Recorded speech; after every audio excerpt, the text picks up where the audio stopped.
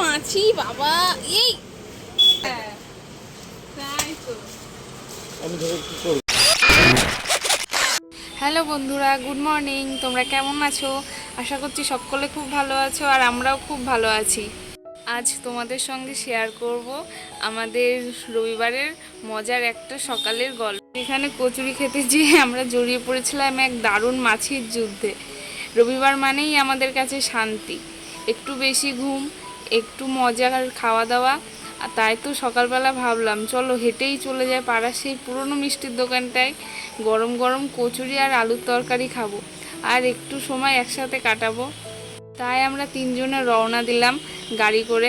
চারপাশটা রোদের ঝিলিক, রাস্তায় হালকা হাওয়া, মনটা একেবারে ফুরফুরে লাগছিল।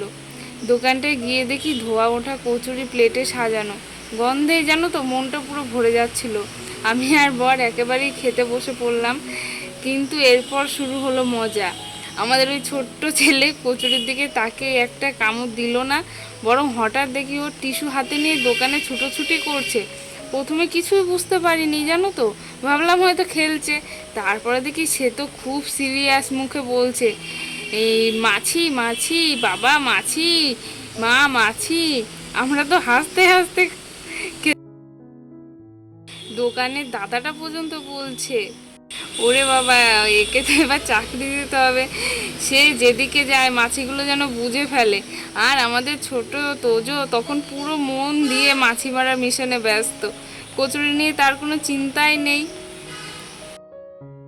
জীবনে সবসময় যে বড় কিছু হতে হবে এরকমটা কিন্তু নয়। এরকম ছোটোখাটো সাদামাটা অদ্ভুত মজার ঘটনাগুলোই আসলে সব থেকে স্পেশাল। এইভাবেই আমাদের রবিবারের সকালটা কাটলো, কচুরি খেতে যেয়ে ছেলের মাছির মিশনে সপ্তাহের সব টেনশন, সব ব্যস্ততা এক নিমেষেই যেন উড়িয়ে দিল। লাগিয়ে দিয়েছে দেখো কি সুন্দর।